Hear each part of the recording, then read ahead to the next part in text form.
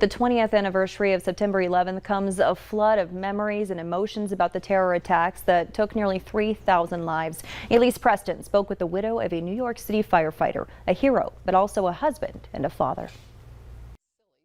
One of the things I miss the most is just laying in bed with my head on his shoulder, just talking away. Ann Van Hein's husband was a New York City firefighter, one of the 343 FDNY responders who died in the attack on the World Trade Center. Now when I look at these names, I know they're family members. For Bruce Van Hein, being a firefighter was a childhood dream. Squad 41 lost everyone on duty that day. They lost all 6 firefighters. They went into building 2 and got pretty high up, started to bring civilians down, and then they were killed in the collapse.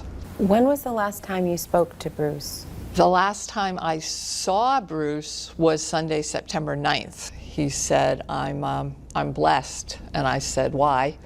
He said, because I'm married to Miss Ann. Now, the grandmother of 3 volunteers at the 9/11 Tribute Museum, giving more than 500 tours where Bruce died a hero. But the one day she never visits the site is the September 11th anniversary. I don't know that I can take on the collective grief of 3,000 people.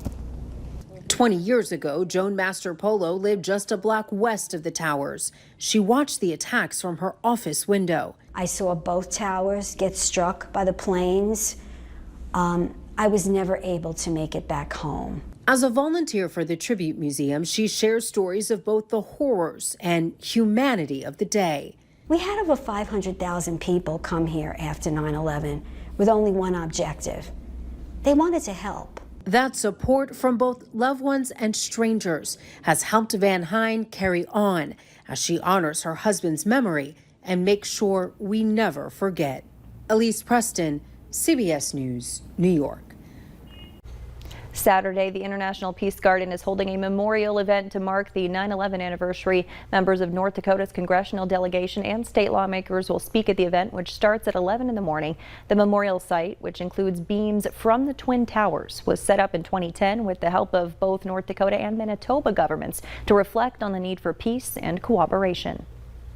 Important day that we all continue to recognize because it did change the world, and it's important again that we continue to discuss and remember these things because it just further illuminates how important the ideals of peace really are.